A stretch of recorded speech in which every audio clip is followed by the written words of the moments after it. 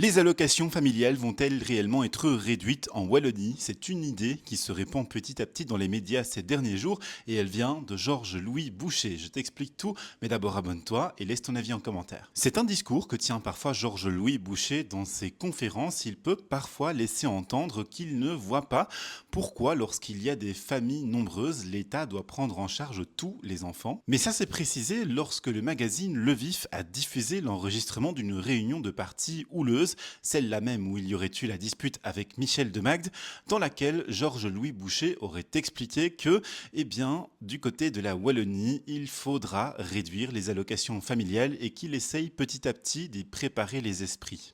Alors l'idée est-elle réellement sérieuse? Ça c'est pas évident à dire, elle germe en tout cas dans la tête de GLB, mais rien ne dit que pour l'instant elle a vraiment été mise à l'étude par le mouvement réformateur. Dimanche, lors de la rentrée politique du mouvement réformateur, j'ai pu avoir une conversation non filmée avec le ministre-président de la région wallonne, Adrien Dolimon.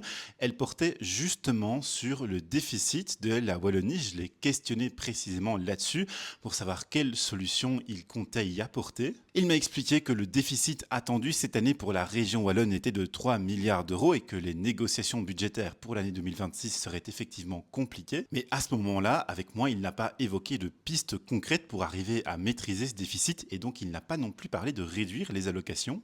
Alors l'idée concrète qu'aurait Georges-Louis Boucher serait de réduire les allocations familiales, mais aussi à partir du quatrième enfant de les couper complètement. Mais ça, le partenaire du MR à la région wallonne, les engagés, eux, ils n'en veulent pas. Pour eux, les allocations familiales sont un droit fondamental pour les familles. Alors proposition sérieuse ou pas, ça reste à voir. En tous les cas, les conclaves budgétaires vont commencer dans tous les gouvernements et on n'est pas à l'abri de quelques annonces.